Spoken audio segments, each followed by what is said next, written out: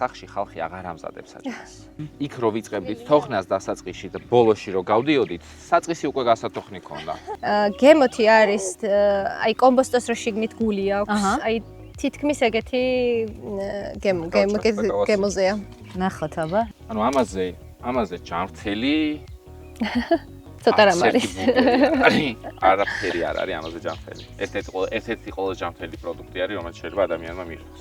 ვერც ჩვენ ყოფნით, ვერც ჩვენი მეგობარი ფერმერები ვერ ყოფნიან იმ მოთხოვნას, რაც ორგანულ ბოსტნეულზე არის ქვეყანაში. დაგარტყას თავში, რომ აი დავიღალე ამ ყველაფრით, აღარ აქვს აზრი და აი ვჩერდები რა, ბაგრძელებ ისევ ქალაქში, ცხოვრობ და თქვენ ხო რეალურად ეგეთია.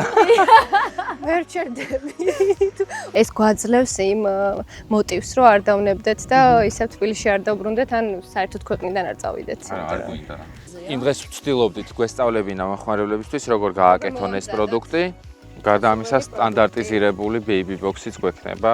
აქ შეიძლება ანონსიც შეგვიძლია ვთქვათ, რომ საბავშვო ყუთი.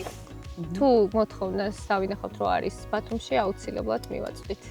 და თქვენთან უნდა მოიწერონ ალბათ Facebook-ზე მინიმუმ. გვინდა დავამოტივიროთ მეტი ადამიანი, რომ სახში ამზადოს საჭმელი, შეეშვას ამ გამოძახებას და მიირთვას ჯანსაღი და გემრიელი საჭმელი სახში.